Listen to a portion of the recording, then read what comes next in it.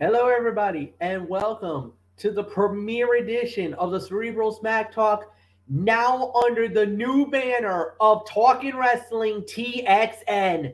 I am good old MF Michael Fletcher, alongside my partner in crime, Anthony Florio, and of course, hopefully tonight we will get Michael Bullock and Dee Woodson. If they're here, great. If they're not, then we will wait. Then we will hopefully see them very, very soon. But tonight is a banner night because just like when we had TXN Sports Talk on Thursday, now we have a new show. It's still the same format. It's still the same everything that you love about our show, but now it's under a new banner, a new home, and it's ours for the taking. Much respect to everybody for the love and the support that you guys gave us prior to for all the stuff that happened prior, but now we're on a dawning of a new era. So yeah, and of course, big shout out. We just want to give you guys a little something. If you guys want to follow us on social media, we got a new Twitter handle. It is actually, can I put this on it, or will I have to do it on the regular comments? It's actually at T, capital T, lowercase k, G, wrestling, W capitalized, RESTLING, all caps on this one, TXN. That's on Twitter for all the latest news. We're going to drop on you. Talking Wrestling TXN. We're live, boys, and we are ready to go. Anthony, I know you love when I say this, and we are just about ready to go, so let's do it. We're going to jump it off, and we start with Smackdown Live as always. We started off with a promo segment by Roman Reigns, and Paul Heyman was interrupted. Well, they did their promo. They did what they had to do. And then after, Brock Lesnar was on a forklift, and basically, Brock went after the bloodline, went after Roman, and the guy broke the back door of a pickup truck. And, well, Roman was in a very snarly mood. Later after that, he comes out with that very same door, and basically told Roman, well, Roman, you started something you should not have started at Madison Square Garden. You pissed me off. You angered the beast. And now at WrestleMania, plain and simple, I'm going to kick your ass. And that is exactly what we wanted. It. Nice hype, nice excitement, nice fire from Brock and Roman, and Heyman, being the smarmy chicken bleep heels that they were. This was an excellent segment to start SmackDown Live, and it got a lot of people talking, and that's the main thing. You want to get people talking for WrestleMania. WrestleMania is literally just 2 weeks. Next week is the go home, and then after that is WrestleMania. So this is it. You got no more planning, no more setups, no more anything. You got to throw all your chips on the table now. And this was exactly what they did. They pre-hyped it by that attack in Madison Square Garden. It goes a little more further tonight and now, last night, and now we are literally 8 nights away from the big main event. This is it. We are now literally, we're just a couple of, we would be at that point, I believe we're less than a couple of weeks away. 2 Raws, 2 SmackDowns to go until Mania. You got to put it all in now. Everything's got to get sewn in to get ready, and they've been doing a pretty damn good job of hyping it up. So, Anthony, it's yours. All right. Yeah, I'll tell you, MF, you're absolutely right. This was a great promo segment to kick off the show in that it did not waste a ton of time, and it allowed Roman Reigns and Paul Heyman to show off their character work, which has been important to the feud and the main event creative of the Blue brand over the last year. It also portrayed Roman Reigns as a coward despite his hubris, a scared champion aware of the reality that awaits him in Dallas. Brock Lesnar is in his best form ever at this point, an engaging and charismatic babyface who is equal parts lovable and devastating. He is fun, entertaining, and allowed to showcase his enormous personality. Hopefully we see more of him even past WrestleMania, because he is finally the top babyface the company hoped he would be 2 decades ago. Notable takeaways. Paul Heyman said, "You would have smashed him. You would have bled him all over the ring, just like in Madison Square Garden. I'm so sorry." And then his faith in the head of the table is always one of the most entertaining elements of a show. Brock Lesnar gleefully driving a forklift in the Roman Reigns SUV was a nice bit that harkened back to the days of Stone Cold Steve Austin's Attitude Era vehicular assaults. After the break, the Bloodline recovered and escaped in a truck, but not before the Beast ripped the door off the vehicle. And Lesnar said, "You'll have to excuse me, I'm a little riled up," as he engaged the crowd before warning Roman that he is coming for blood in 2 weeks. So, yeah, this was excellent. And seeing Brock Lesnar on that forklift conjured up some memories for me. It conjured up the memory of another crazy man, the great Terry Funk, when he was Chainsaw Charlie, the dumpster match, WrestleMania 14, and how nuts he was on that thing. So just wanted to get that out there. So segment of the night for me, there is no question about that. But there is another one that was just as good. So we'll get to that later. But for right now, MF, great way to start the show. And I'll tell you, they're actually getting my excitement level a little bit up for this. I mean, because I know a lot of people were like, "Oh, these two again," but this has a chance to be maybe the best ever. Oh yeah, and I think the reason why that it could be better this time around is because of the fact that they did add that element of that it's winner take all, and they're really hyping it literally as the biggest main event in WrestleMania history. And if you think about it, yes, it is. Even though we're seeing a repeat of Roman versus Brock, but just to have the fact that the WWE World Championship and the Universal title are both on the line. Unified. At the same time, unification, winner takes everything. It takes this match to a whole new level. And yes, there is legit excitement. And the thing is, Brock is very motivated. He's not packing it in, or he's not playing the motions like he normally does. And Roman is Roman. Roman being the tribal chief, the head of the table, he's literally become what everybody thought he should have been, the face of the WWE. And the thing is that what made him so great right now is that the fans wanted him to be a heel. They wanted a heel Roman Reigns. We got him, and now all of a sudden, it not only manifests, it's even exceeded even the expectations of even the fans. The ones who boos him, it's cheering him now.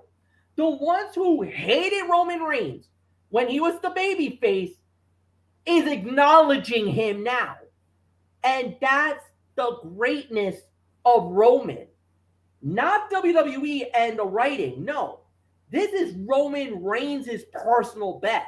Absolutely. And now you got the perfect guy like a Brock Lesnar. And Lesnar is, happy-go-lucky. He can be intimidating at moments, but he's being more lighthearted than ever before. And this is the Brock that I think fans are going to rally around. So you got two good things going on right now. So definitely. And before I give it back to you, the one thing that should have been acknowledged is the fact that yesterday, March 18th, marked the 20th anniversary of Brock Lesnar's very first appearance. You and I should know this, MF. The night after it was the Raw night after WrestleMania 18 in Montreal. There was a hardcore match. It was Maven, it was Spike Dudley, and I think there was one other guy in there. But it was the 20th anniversary. So Brock Lesnar has now been with WWE for 20 years. It's a 20-year deal here. I mean, he's been there, and it was 20 years ago yesterday that Brock Lesnar debuted on WWE television, Monday Night Raw, the night after WrestleMania 18, where he laid waste to Spike Dudley and Maven, among others. And that's when the whole Lesnar and Heyman thing started, and look what he's done ever since. So I just wanted to throw that out there quick. So with that being said, MF, let's get into some action here. Enough talk. Let's fight. All right, exactly. Well, I will gladly acknowledge that. We did start it off with the first match of the evening, as it was Los Lotharios. They went up against Rick Boogs and Shinsuke Nakamura. And Nakamura and Boogs wins the match in about 5 minutes, a little less than 5 minutes. So, Anthony, it is yours. I'm going to have some fun with this in a minute, but first, the business at hand. I could give this about 2 to 2.5 for this. With their WrestleMania 38 match with the Usos for the Smackdown Tag Team Championships official, and I believe it's going to be on WrestleMania Saturday, Shinsuke Nakamura and Rick Boogs battled the Los Lotharios in a competitive, fun, and energetic tag team match that saw the top contenders put away the Lethal Lovers. Boogs and Nakamura remain the team that had no plausible reason to work, but has. They are over. Boogs is finding himself as an explosive powerhouse between the ropes, and Nakamura is exactly the veteran presence to help him evolve as a performer. Now, they may not have a realistic shot at dethroning the Usos in Dallas, but based on the fans' reaction, the showcase of the Immortals is definitely the time to pull the proverbial trigger if WWE is as much as considering a switch. Notable takeaways, Rick Boogs' power is freakish. His repeated gorilla presses of Humberto Carrillo, followed by the curling angel ahead of the Boogs cruise, was great stuff and exactly the sort of babyface work that will help him connect with the audience beyond his guitar intro. And of course, Pat McAfee. Pat McAfee has been incredibly influential in getting Boogs and Nakamura over on commentary. He was again here, really putting over Boogs' performance. Now, here comes the fun stuff now. But before we do that, MF, history has been made in the NCAA tournament. Those lovable darlings who knocked off Kentucky just 2 nights ago, they're Sweet 16 bound. St. Peter's, put some respect on them. You got to put some respect on them, and definitely no doubt about it. Big win for them. Remarkable job.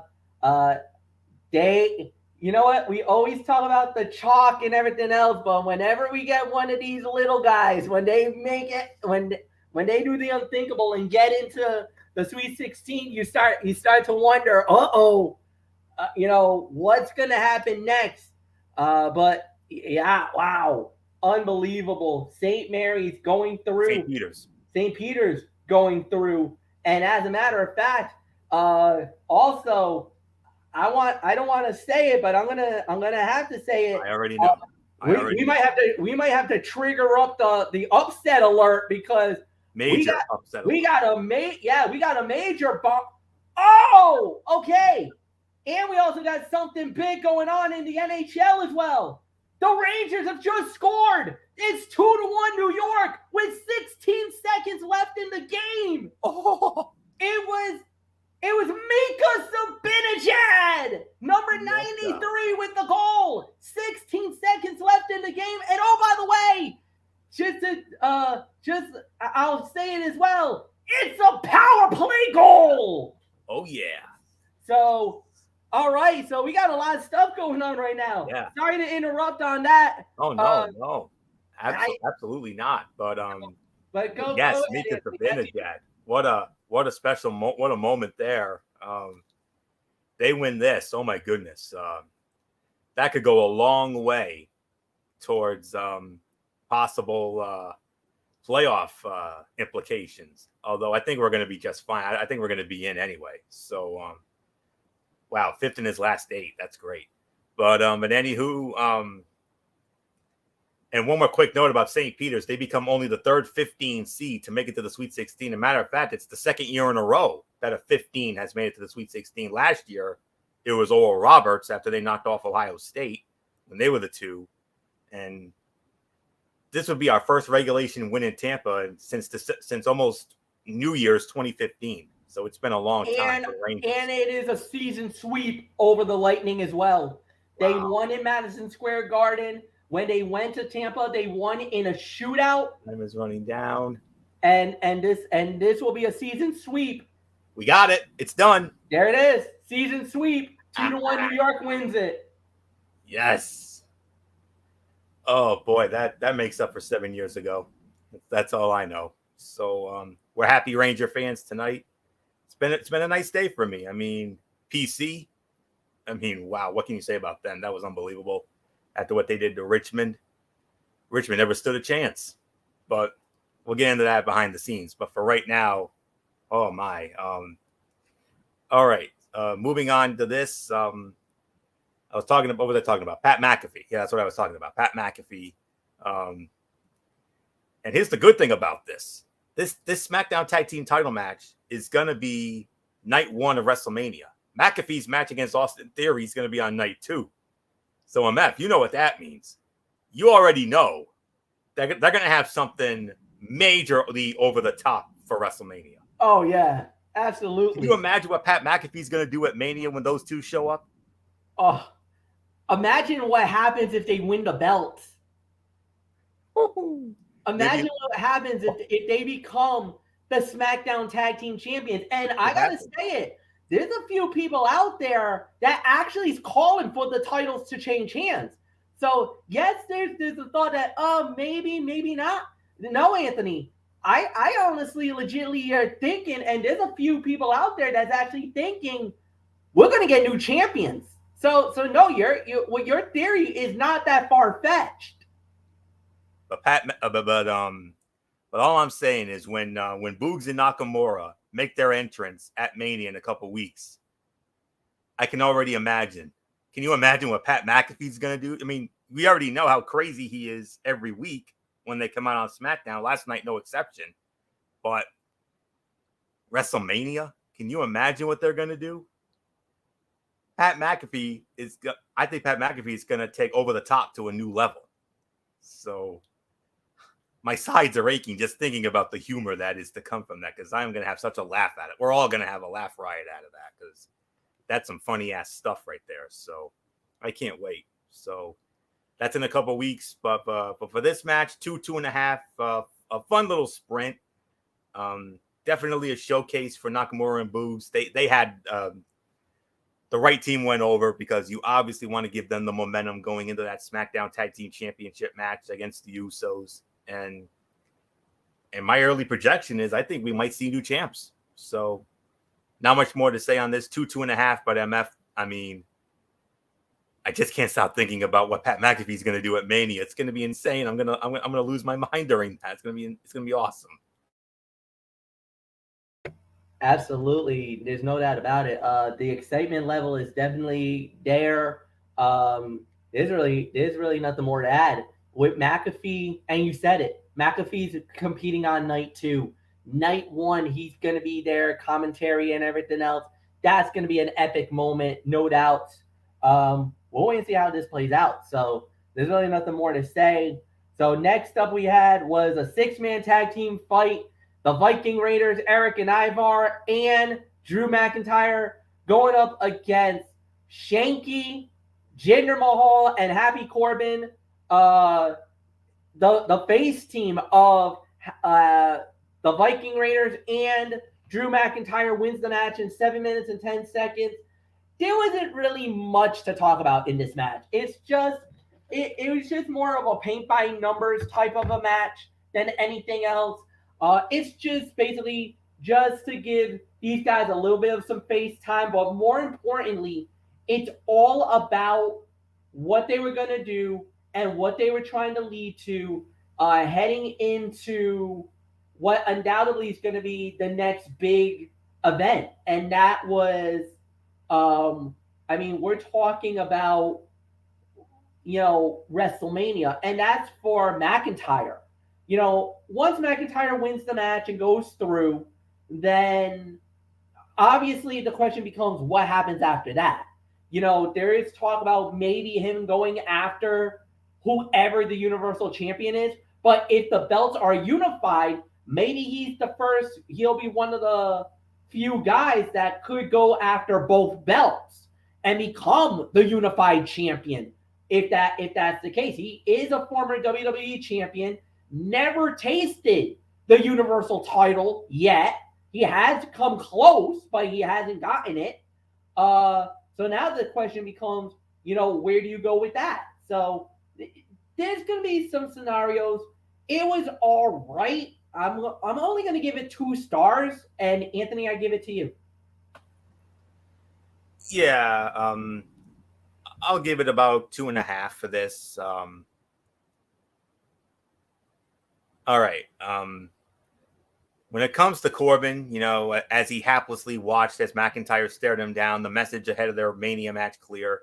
He does not have a chance in hell against a guy who many of us believe will challenge the unified WWE champion, who I believe it's going to be Roman Reigns after the Sports Entertainment Spectacular.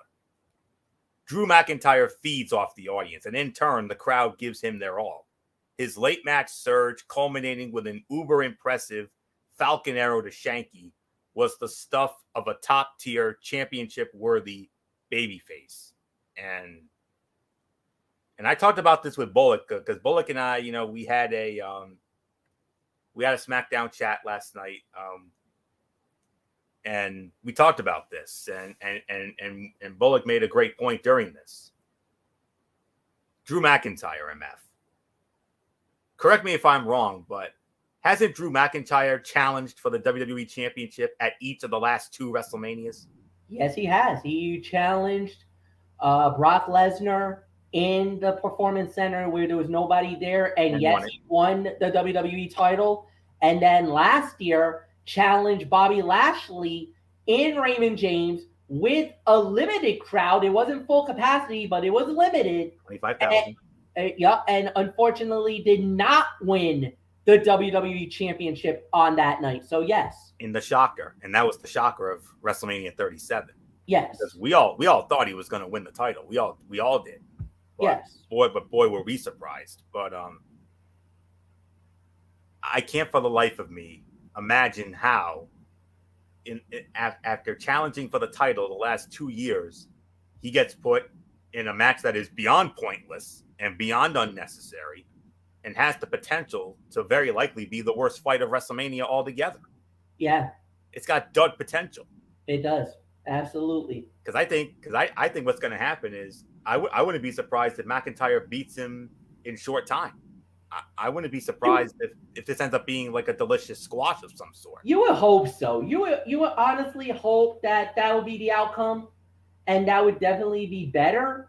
But at the end, I don't know. We just don't know how this plays out. But I think, without a doubt, I think we all would love to see that be the outcome, and just for McIntyre just to move on to whatever he needs to go to next. So and here's a bold prediction for you, MF. And this is something that Bullock and I also talked about during our Smackdown chat last night, and that is,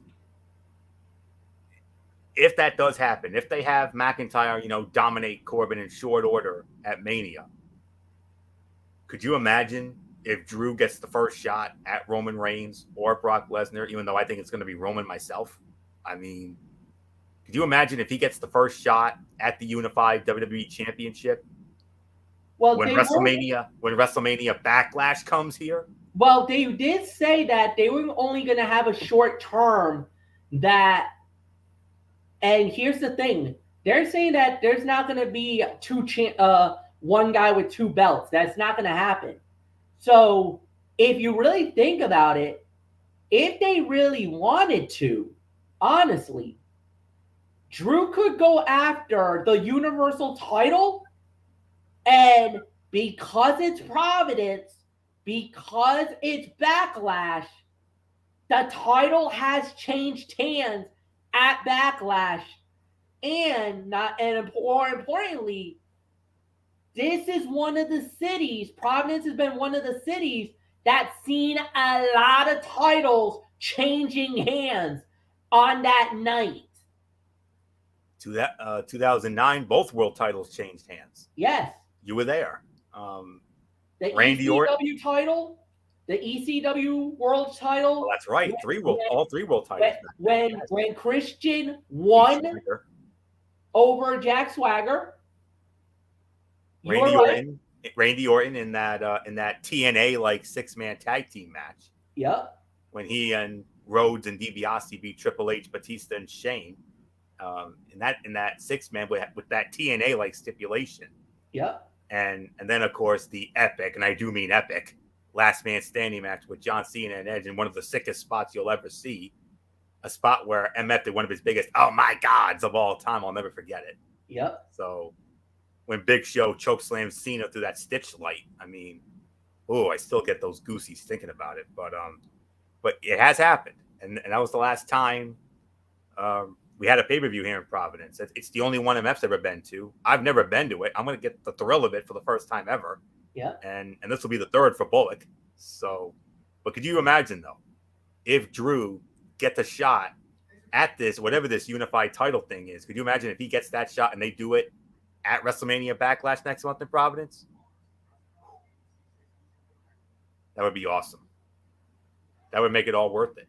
So that's all there is for me to say on this. 2.5 for the match, but MF, I think we're all in agreement. I think Drew McIntyre, I think he's going to be getting that first shot, and I hope they do it at WrestleMania Backlash, because that would give us something really to get excited for.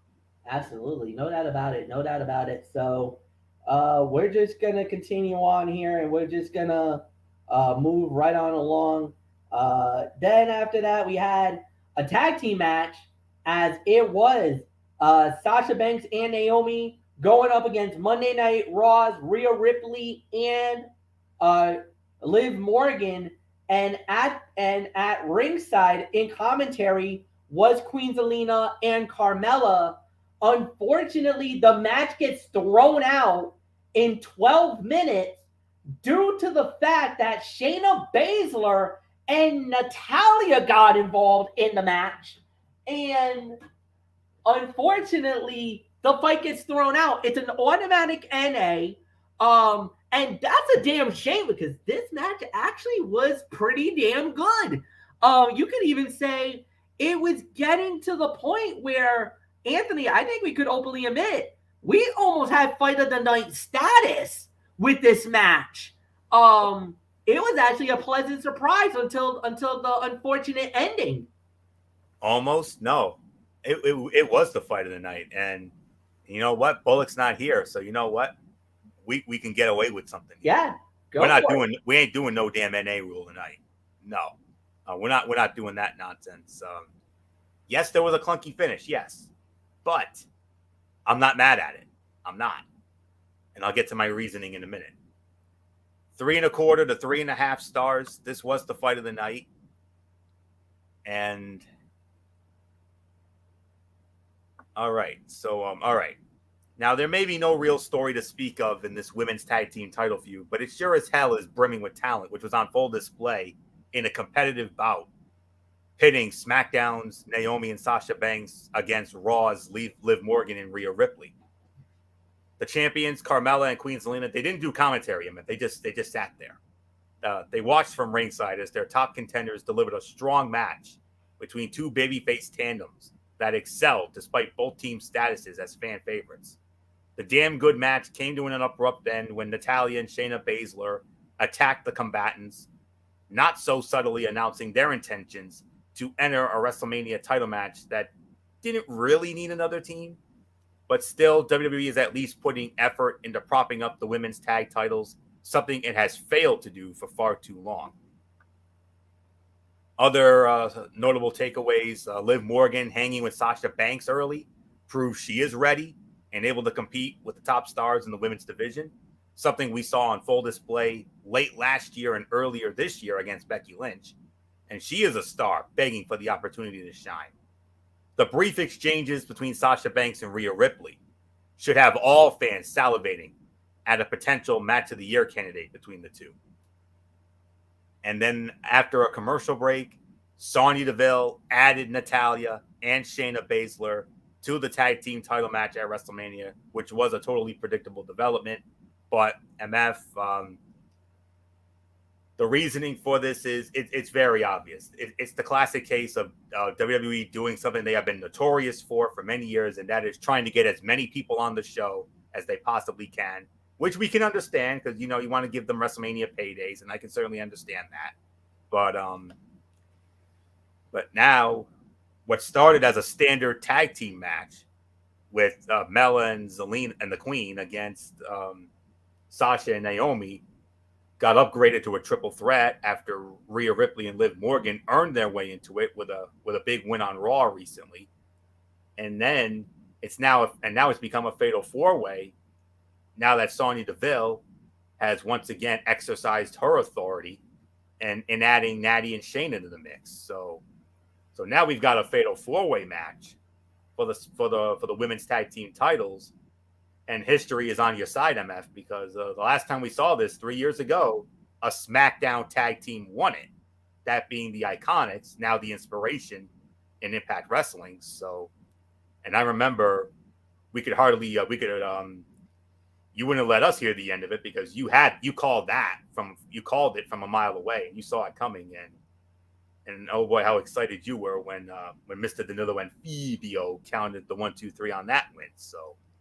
But nonetheless, 3 1/4, 3 1/2. This was the fight of the night. We're not doing no damn NA rule tonight. So, because the match was just too good. And even Bullock and I talked about this during our SmackDown chat. And yes, Bullock wanted to put the NA rule on it. But I'm like, come on, man. There are certain times where we could waive it. This is one of those times. We should put an exception on this. This match was too good. So, well done. Well done. Not only the fight of the night, but the sleeper fight of the night as well. And well, MF, we've gone from a standard tag to a triple threat, and now we got a fatal four-way. 2 Raw teams, 2 SmackDown teams. Wouldn't have it any other way. Yeah, no doubt about it. Definitely excellent situation and excellent match. All right, so then we had ourselves a promo. It basically what happened was Pat McAfee got brought into the office of Mr. McMahon, and and Pat came back out, and McAfee, cut her promo, very professional, very everything else. Then he came out to do an apology to Austin Theory, and Theory didn't really get what he exactly wanted, Anthony. What we did get was a pretty darn good promo by the one and only Pat McAfee. McAfee did a pretty damn good job with this one. Oh, yeah, and Bullock and I definitely ate this up during our SmackDown chat last night. And, wow. What is there to say about this?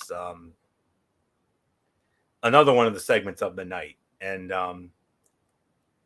after a backstage meeting with Vince McMahon, Pat McAfee came back out to the ring, recalled seeing pro wrestling for the first time and knew it would be his lifelong dream to be involved in the business. Austin Theory, selfie taker, interrupted and egged the former Indianapolis Colt punter into apologizing. McAfee did for Theory being we're not going to, dive into that punk bleep, among other things. Theory, living up and down to expectations, snapped a selfie before shoving his WrestleMania opponent and running away. McAfee keeping the Raw versus SmackDown rivalry alive by taking a shot at the USA Network is part of what makes him so good at what he does. And then he said, I'm sorry for beating your ass last week. The smug yet clueless Theory snapping a selfie despite being verbally obliterated was true to his character and exactly what one would hope for out of that heel. And like I said, MF, and you know what? We're gonna bring some old school fun to this, because that's what we like to do on our shows here, and that is I'm gonna take a Jesse proverb here from WrestleMania 5. You remember what he said about that Mr. Perfect Blue Blazer match? MF, I'm going on the record. This could be the sleeper match of Mania altogether. Absolutely. I think a lot of people underestimate Pat McAfee, and I think that's why, because McAfee is actually a pretty decent wrestler. He has trained. He did go through a wrestling school in Chicago, Illinois, prior to getting in. So a lot of people didn't really know, but he's got a few years under his belt. You know, he's been training for at least, I want to say, 2 or 3 years. And we actually really got to see a good side of Pat McAfee when he wrestled against Adam Cole at that NXT TakeOver. August 2020, NXT TakeOver 30, I believe. Yes. And then, of course, he was also in that War Games match later that year. Yeah. When it was him, Pete Dunne, Oney Lorcan, and Danny Burch against the Undisputed Era. And Yui won the match, but he looked impressive in both outings. So, and I'm already on the record saying I think he's going to win that match. I really do. Yeah, there's also rumors going around saying that in some way, shape, or form, Vince McMahon himself could actually be involved in this match in some way. Well, we'll see. So hopefully McMahon will stay out of it. But yeah, I've heard that rumor. I agree. I 100% agree. So, but this was another one of the segments of the night.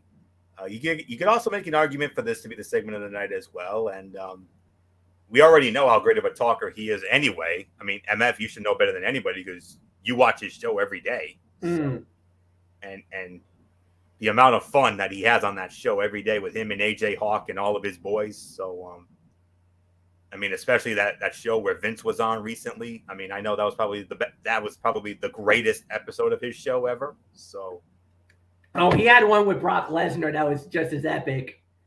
And he had one with Brock Lesnar not too long ago. A couple. I want to say it was a few. I want to say about 3 weeks, almost a month ago, and that one was pretty epic in its own right too. And then, of course, his first really epic show was the infamous blow up with Adam Cole. Yeah. So, but the Vince one, that one as of right now is number one. So, but anyways, great segment, another great segment here. And MF, like Jesse said about Perfect and the Blazer at 5, I believe this is going to be the sleeper match of WrestleMania altogether, both nights. Yeah, it could very well. So no doubt about it. We'll just move right on along, guys. We got a couple of matches left. Yeah. So next up we have Kofi Kingston going one-on-one with Ridge Holland. Ridge Holland wins the match in 6 minutes. It was all right for what it was worth. I mean, there wasn't really anything amazing that really would have given us any cause, but it was all right. And then, of course, you had Butch, or AKA Pete Dunne, run in right at the end. So, I mean, it is what it is. So, Anthony, just quick thought on this one. This was about maybe 2 stars. What was the time of the fall? 6 minutes even. Yeah, that's about 2-star level, 2.25. Here's something that does need to be addressed. Ridge Holland won the match, and let's be realistic, MF. I believe this is the biggest win of Ridge Holland's career. Oh, absolutely, agreed. Does anybody have any idea what Kofi has done in his 14-year career in WWE? He's won every title there is to win. He's a Grand Slam champion. He's won every title, WWE title, Intercontinental, US, Tag Team.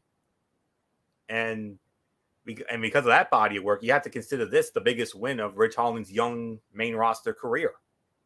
But the bigger takeaway was the character work from Pete Dunne's Butch. Twice, Sheamus had to restrain him, preventing him from getting involved at one point and stopping him from beating down a fallen Kofi Kingston after the bell. If WWE is not careful, Butch will get over as a tenacious, Wolverine-like competitor that unloads when unleashed. And Michael Cole softened the heat on Ridge Holland by putting over his apology to Big E and the respect he has for the former WWE champion, because he did go to see him, and Bullock informed me that Ridge Holland actually visited Big E in the hospital recently. And it was a nice touch by a veteran commentator and Michael Cole, who knows the difference between building a television heel and an unlikable man. And Sheamus, of course, restraining Butch after the bout, preventing him from beating on Kofi, went a long way in explaining what this new character is all about. There was a rumor going around that Xavier Woods was supposed to return last night, but he obviously didn't. There was a plan in place to have the New Day, all three members, go up against Sheamus, Holland, and Butch in a 6-man at Mania. That I think they might have to make some indemnits to that now after what happened to Big E. But the good news is he's not going to require surgery, and which is great news. But we wish him the very best, and he's obviously out of Mania, but I would love to see a miracle somehow, but we'll pray for it, but we'll see. So 2 for this. So MF, I believe we go on to the main event segment, and the other big main event for WrestleMania definitely added a little more excitement to it. Yeah, it was Ronda Rousey and Charlotte Flair. Charlotte getting the last laugh as she puts Ronda through a table, through the SmackDown announce table. Oh boy, Anthony, you want to talk about explosions heading to WrestleMania, and this is the main event for night 1. Yeah, as it should be. As it should be. Although I have actually heard a rumor that there is that talk show segment with KO and Stone Cold, there's a possibility that could be the closer.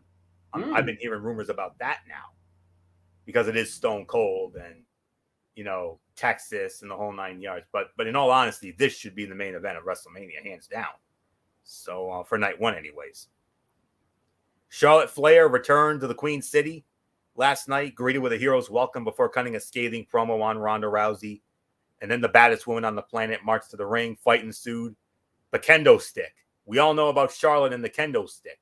Survivor Series 2018. We all remember this. And then the powerbomb through the table. MF did his infamous, oh my God, on that one. And the intensity on display was certainly welcome, while Rousey's stubborn refusal to tap out gave way to her demise via announce table. It was an effective sprint of a segment that did not overexpose the program, but instead continued to hint that Rousey will not give the Queen the satisfaction of making her submit. Expect that story to dominate the main event of WrestleMania Saturday night in 2 weeks. Charlotte producing the kendo stick to thwart Rousey was a great callback to their Survivor Series 2018 match, where Charlotte brutalized the then Raw Women's Champion with the weapon. The nasty, scary bump Rousey took to the floor could have threatened a significant head injury to one of the WrestleMania headliners. The cowardly Charlotte, after using a weapon and neutralizing Rousey with the help of the announce table, placed her foot on her fallen foe as if to claim a victory she did not earn. So great work here. Another great segment here. And we talked about how the intensity and the excitement level for Roman and Brock, the excitement level for that went up sky high. This went up sky high as well. So that's really all there is to say on that. So yeah, as if we needed another reason to get excited for this match. Now we've got it. So there isn't much more to say. MF, I mean, week in and week out, Charlotte and Ronda continue to up that excitement level. And they talk about, wanting to tap each other out in the whole 9 yards, but which is why I always believed that this match should be a submission match. And because that's what they've been talking about. I don't think this match is going to end via a pinfall. I think it's going to end one way or the other regardless of who wins, even though I think Ronda's going to win the title myself. But whether Ronda wins the title or Charlotte shocks the world and retains it, regardless, MF, there's only one way this match ends. Either way. And it's going to be via tap-out submission. Move on. Agreed. I thought it was an excellent segment. I thought it was an excellent thing. And to close it out, excellent way to close out a very good SmackDown. Overall review, you know what? 7.5. I thought it was a solid show. There was some very good excitement heading to WrestleMania. And I think that's the best way that you could have handled it. So, Anthony Florio, I give it to you as I get ourselves ready for Rampage. Which is the reason why we're doing this show one night later than we usually do. We usually do this on Friday nights, but because Rampage started so late last night, it started at 11:48 p.m. last night. Yep. So, yeah, like 10 of 1 in the morning. No, way too late to do a show. So that's why we bumped it to tonight. We'll get into that in a moment. But I think 7.5 is a little bit of a reach. I think 6.5 to 7 is the appropriate rating because we did get 3 very good segments. A surprisingly good women's match. I didn't really have all the hopes for it, but they ended up surprising me. They ended up stealing the show as not only the sleeper fight of the night, but the fight of the night as well. And some more solid developments and storyline progression for WrestleMania. So yeah, 2 Raws and 2 SmackDowns left, and next week, MF, this week upcoming, the penultimate week, both Raw and SmackDown are going to be live from IWC hotspots. Monday Night Raw at the IWC capital of the world in Chicago, and SmackDown from another IWC hotspot, the Barclays in Brooklyn. In Brooklyn, New York, yeah. And then we go to Pittsburgh and Dallas for WrestleMania week. Raw in Pittsburgh, and then SmackDown obviously will be in Dallas, and with the Hall of Fame induction to follow. So not much more to say on this. 6.5 to 7 for me. MF, let's get into this this special edition of Rampage that started at 11:48 last night because of the tournament. Yeah, and we started off with Darby Allen versus The Butcher. Darby Allen wins the match via countout in 10 minutes and 15 seconds. Solid match. I'll say about maybe 3.25 stars. I really thought that the match could have been a little more better, but I thought Darby's always a talented guy. And for The Butcher, he did really well going up against a smaller, quicker Darby Allen. And he looked really good in some moments. I don't know if a count out finish is really the right way to go here. It seems like it does prolong the story a little bit, but all in all, it was all right. So 3.25. Anthony, it's yours. Yeah.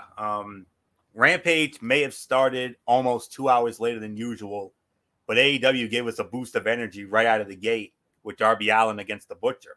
No matter who he's facing, Darby literally throws his entire body into his performance and his opponent. However, when the guy you're throwing yourself at is the size of The Butcher, it's more like running into a brick wall than a person. This is a match AEW could have ended in 5 minutes and nobody would have batted an eye, but they were booked all the way through the first commercial break into the next segment, so they had some time to make it interesting. Butcher controlling much of the action made sense given his size advantage. It wasn't a match full of highlight reel moments or memorable spots, but it was a solid display of both men's abilities. Allen winning by countout. AEW rarely uses that as a result. So it still felt like Darby had to work hard to earn the win, which he did. And skipping entrances and starting with the combatants in the ring for the opening match has become a new staple of Rampage. Good way to squeeze an extra couple of minutes of wrestling out of the show. Darby's suicide dive looked more dangerous than usual. His head almost ran into the barricade. Butcher throwing Darby around by his neck looked both cool and scary. Maybe seeing anything happen to anyone's neck is just a bit harder to watch after what happened to Big E.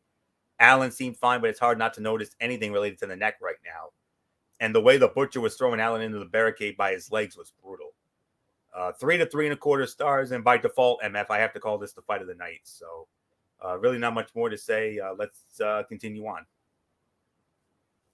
All right, and then we had a very an interesting women's match as it was legit Leela Hearst going up against Red Velvet. Red Velvet wins the match in 8 minutes and 10 seconds. So, Anthony, it's yours. I'll give this about 2.5, 2 3/4 of a star. The match had its moments, but it felt a little too one-sided at times. It was good, but their next encounter will probably be even better.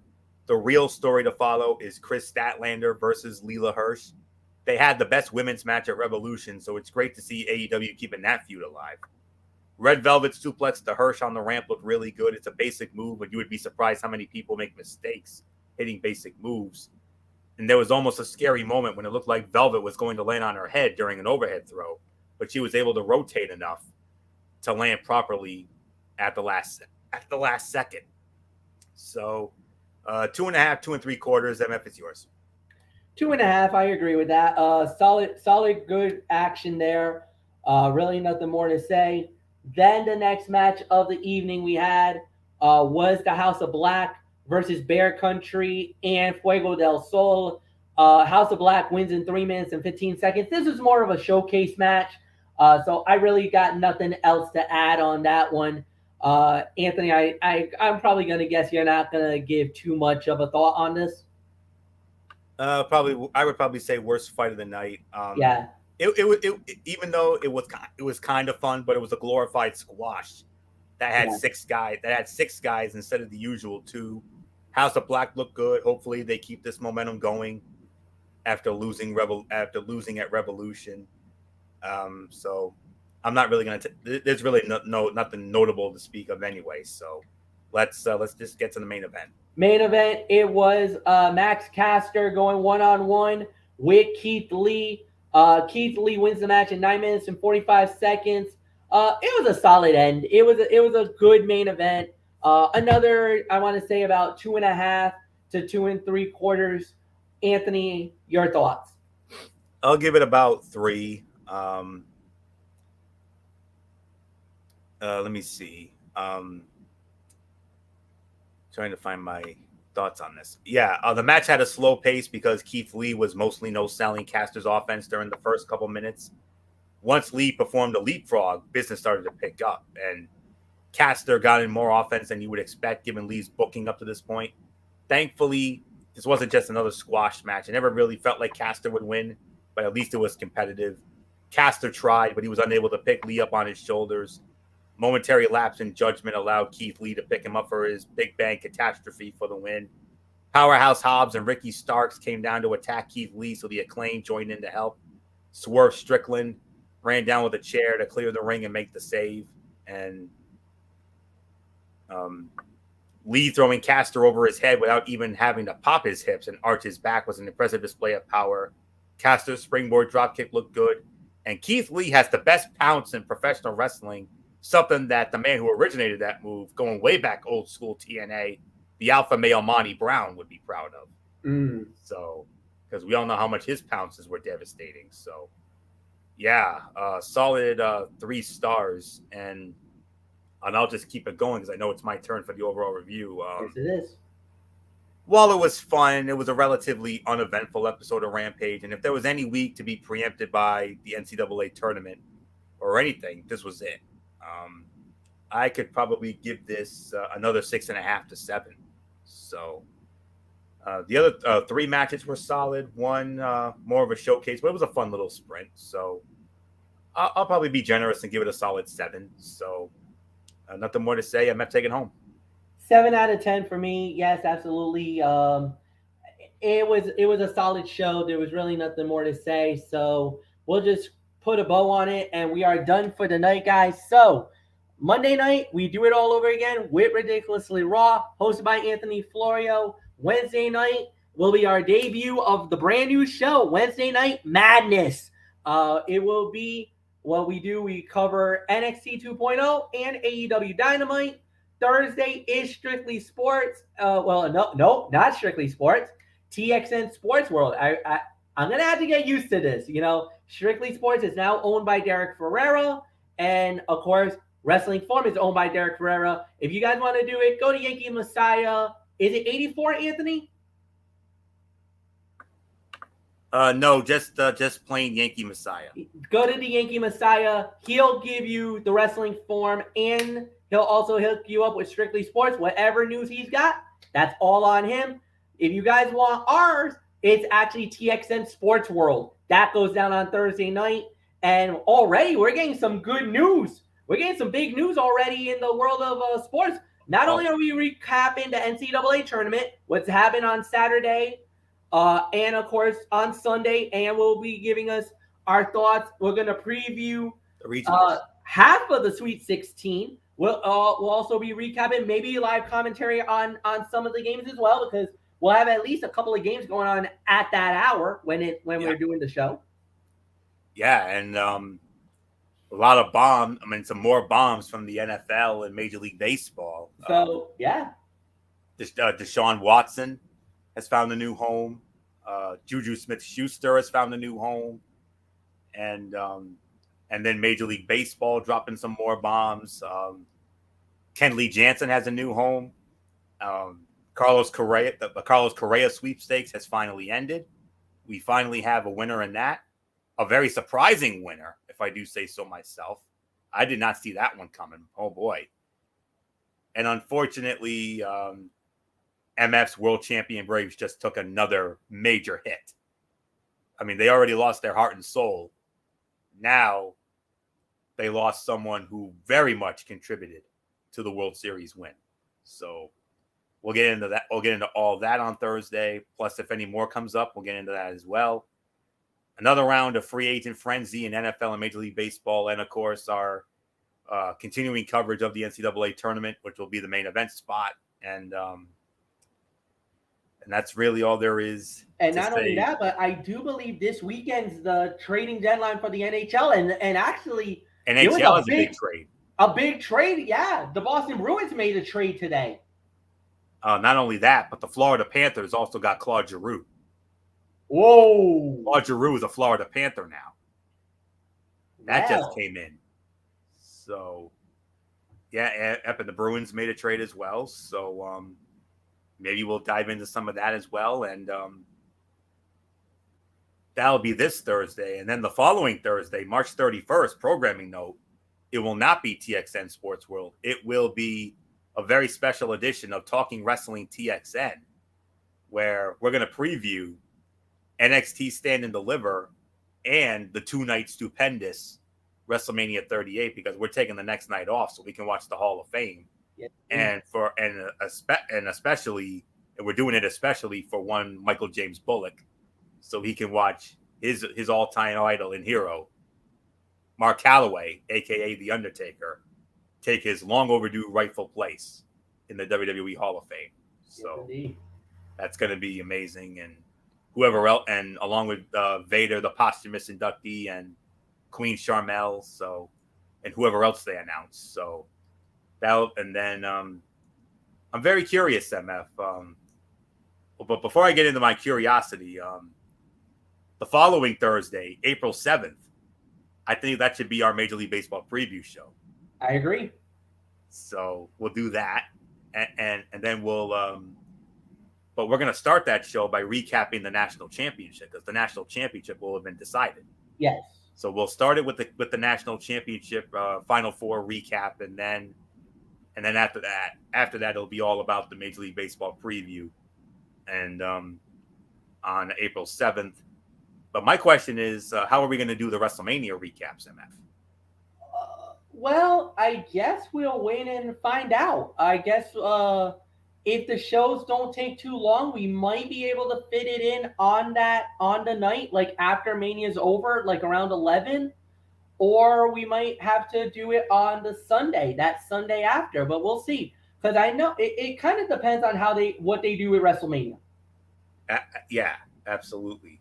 But then again, if both nights go late, then I say we do a rare Tuesday show. Yeah, we could do that too. So we'll see. It's all going to be in time, so we'll figure it out. So, all right, guys. So like we said, Monday is Ridiculously Raw, hosted by Anthony Florio. And we'll take it from there. So, with that said, have a wonderful evening. So long for now. Is it Monday yet? We love you guys very much. Good night. Goodbye.